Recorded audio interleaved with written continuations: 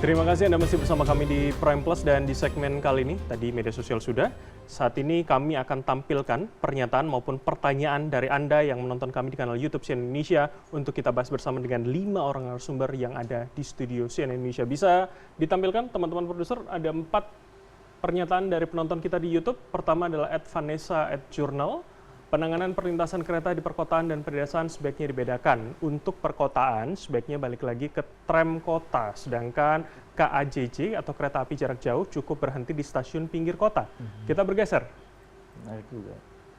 Helman Keliat 6640 Undang-Undang Nomor 23 2007 tentang perkeretaapian mengatur seluruh perangkat palang pintu menjadi tanggung jawab Pemda baik tingkat 1 maupun tingkat 2 termasuk peronnya jelas sudah diatur undang-undang. Kita bergeser ketiga.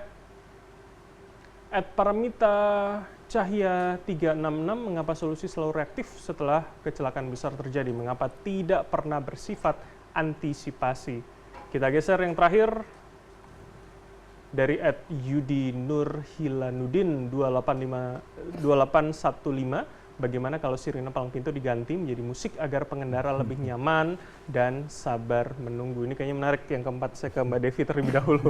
Jadi pendekatan-pendekatan kultural seperti ini mungkin nggak sih kita bayangkan sebagai antisipasi, Mbak? Ya, kan selalu pendekatannya kan sandwich ya, artinya satu nggak mungkin hanya satu level atau satu institusi misalnya semua harus bergerak bareng bisa tadi yang parsial disampaikan. ya? Betul. Nah lagi-lagi gini deh, balik lagi ke data di negara yang maju aja. Satu pertama, bahkan datanya menunjukkan 84%, jadi satu data nih di Eropa nih, merasa bahwa memang jalur ilegal itu lebih cepat. Itu bahkan negara maju tuh. Okay. Jadi jangan-jangan termasuk saya nih, kita jangan-jangan OTG nih, orang tanpa gejala, padahal pelaku semua nih gitu kan. Dan 25%-nya bahkan mengatakan bahwa ya gimana dong jalur yang legal itu emang nggak nyaman. Itu bahkan Eropa, yang kita tahu udah segitu tanda kutip sangat Tertib. baik gitu ya, semua fasilitasnya juga sudah sangat bahkan mewah gitu ya, itu bahkan masyarakatnya mengatakan demikian. Bahkan yang menarik lagi orang Eropa nih, 54% bahkan mengatakan menyeberang rel tuh aman loh selama kita nengok kanan kiri. Itu orang Eropa gitu ya. Maksud saya gini, kalau kita selalu menyalahkan masyarakat emang gampang banget gitu. Tapi faktanya ini nggak ada urusannya dengan urusan kecerdasan. Misalnya kalau kita selalu mengembalikan, oh orang Indonesia kurang baca, nggak ada hubungannya. Ini negara Eropa juga demikian, paling nggak berbasis riset. Lalu bahkan 70% percaya, aduh udah kalau kita nyebrang rel, kedengeran kok suaranya dari jauh. Yang berikutnya lagi adalah 20% percaya menyeberang rel itu boleh selama nggak ada pagar. Itu orang Eropa.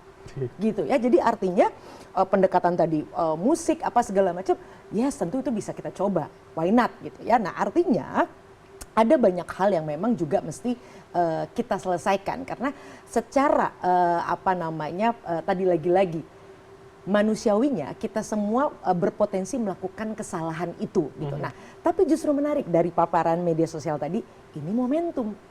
Yaitu apa? Akhirnya masyarakat melihat lintasan kereta api bukan hanya milik PT KAI atau milik pemerintah daerah, tapi saya jadi tanggung jawab. Nah, alarm ini mumpung lagi nyala, ini yang justru sebenarnya harus kita dukung terus. Artinya justru masyarakat yang nyubit masyarakat lain kalau kemudian ada yang nakal nih. Ikut gitu berpartisipasi kan. ya artinya Yes, Mbak Devi justru ini yang perlu kita panaskan terus nih. Karena kalau enggak, ya tadi saya sendiri mungkin sebagai tanda kutip angker gitu ya, anak kereta, juga jangan-jangan juga sering melakukan banyak hal yang ya udahlah gitu, pasti aman gitu. Nah ini yang maksud saya, bagus sekali percakapan ini terus dihangatkan, bukan hanya sekedar mencari siapa yang salah gitu ya, karena semua stok sedang bergerak, tapi yuk masyarakat termasuk kita, ayo kita pelan-pelan juga jadi polisi untuk masyarakat yang lainnya gitu. Jangan nunggu baru harus ada kementerian, harus ada apa segala macam, karena hanya masalah waktu, kita yang jadi korban. Kita yang jadi korban. Pak Deddy, saya ke Anda. Jadi artinya benarkah kemudian hari ini dengan ada kejadian ini kita sebagai masyarakat, sesama masyarakat awareness-nya lebih tinggi? Tapi kalau kita lihat kasus di Jabodetabek, awareness yang negatif menurut saya.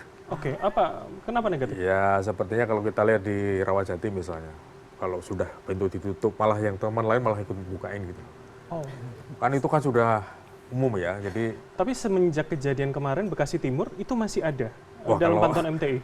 Belum. Kalau kita kan masih belum lihat. Tetapi paling tidak dengan kejadian kemarin Ya orang kita kan begitu, jadi istilah gimana ya, ketika ada semacam post reaktif, setelah ada kejadian baru, wah gitu loh. Seperti tadi, baru dibuatin flyover dan macam-macam. Padahal kita sudah berharap dalam puluhan tahun yang lalu sebenarnya flyover atau underpass itu sudah harusnya dibangun. Tetapi seperti kita kembali tadi, kebanyakan kita kan post reaktif. Setelah terjadi sesuatu, baru kita heboh nih gitu loh. Kita manajemen kita untuk preventif, untuk prediktif, itu kita ya bukan lemah ya mungkin abai atau apa. Jadi sebenarnya manajemen preventif atau prediksi itu harus ada. Karena setiap hari mobil, motor itu selalu tambah. Yeah. Volume kendaraan pasti akan tambah, LR di jalan pasti akan tambah. Lalu perjalanan kereta juga akan pasti tambah. Tinggal kita bisa menghitung suatu saat akan terjadi benturan-benturan di persimpangan di potongan rel itu. Pasti akan terjadi gesekan di sana. Oke, tapi sebenarnya itu bisa dihitung artinya menurut Anda? Bisa dihitung, sangat matematis itu bisa. Apalagi tadi juga dengan psikologi sosial dan macam-macam.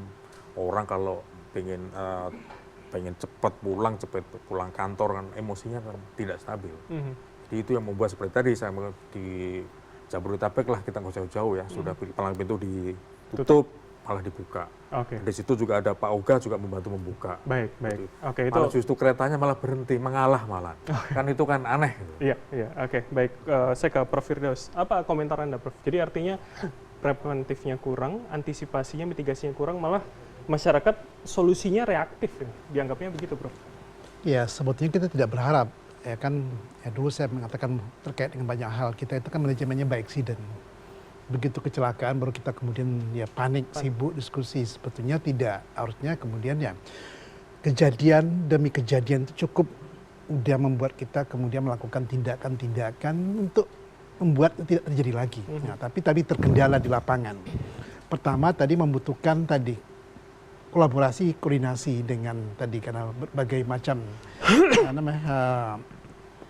lembaga ya yang ada di sana. Kedua adalah tadi kita membutuhkan juga disiplin yang kuat dari masyarakat. Kalau tidak cukup disiplin tadi kita kemudian membangunkan sistem yang membuat memaksa disiplin tadi terbentuk. Ya, yang berikutnya lagi tentunya tadi bahwa kalau ya idealnya tadi ya Pak Didi bilang bahwa tidak ada lagi pelintasan sebidang. Ya, kalau tidak di bawah, kalau enggak tidak elevated tadi. Tapi kendala kita tadi bahwa fiskal kita tidak cukup untuk membangun dalam waktu yang cepat sekali dan juga menyiapkan ketersediaan lahan tadi. Ya, sehingga kita butuh intermediate solusi. Ya, menempatkan petugas di sana yang tadi tahu SOP-nya, paham bagaimana kemudian bentuk risiko tadi. Kedua adalah tadi mereka juga punya batas waktu kerja maksimum. Ya, ketiga dilengkapi dengan sistem pengaman lain. Ya, dan keempat lagi adalah tadi bahwa kita usahakan tadi masyarakat setempat juga bagian dari kontrol yang ada di lapangan tadi. Ya, kalau Pemda pasti dia tidak mau kejadian ini terjadi. Kenapa? Karena sekali lagi bahwa ini bentuk ya tanggung jawab pemerintah daerah untuk juga mencegah terjadinya potensi risiko tadi, dan tentunya anggaran pasti akan selalu dialokasikan, tapi tetap kendala yang tadi bahwa kebutuhan untuk infrastruktur tadi sangat tinggi sekali biayanya. Kita compete dengan kebutuhan lain. Ya, tentunya tadi bahwa kita tetap berusaha ya bagaimana mencegah ini tidak akan terjadi di depan. Ya, dibutuhkan kolaborasi tadi, termasuk tadi mendisiplinkan ormas, petugas tadi, ya tentunya yang lebih paham di lapangan tadi kan tentu orang setempat. Tapi itu akan dilakukan Pemprov? Kita akan lakukan itu, dan kita sudah melakukan itu, bukan tidak melakukan, tapi saya katakan tadi, begitu ini ditutup, itu didisiplinkan, yang baru juga dibuka. Baik. Ya. Prof, tapi kalau soal sanksi, bagaimana Pemprov juga berkoordinasi dengan polisi? Artinya, mungkinkah kemudian hari kami membayangkan, jangan-jangan orang melanggar nanti ditilang, Prof? Soal efek jerah tadi kan Pak Joni juga mengatakan itu menjadi faktor ketiga begitu. Saya setuju sekali bahwa masyarakat kita kan, sebagian besar tadi sangat nyaman sekali melanggar aturan.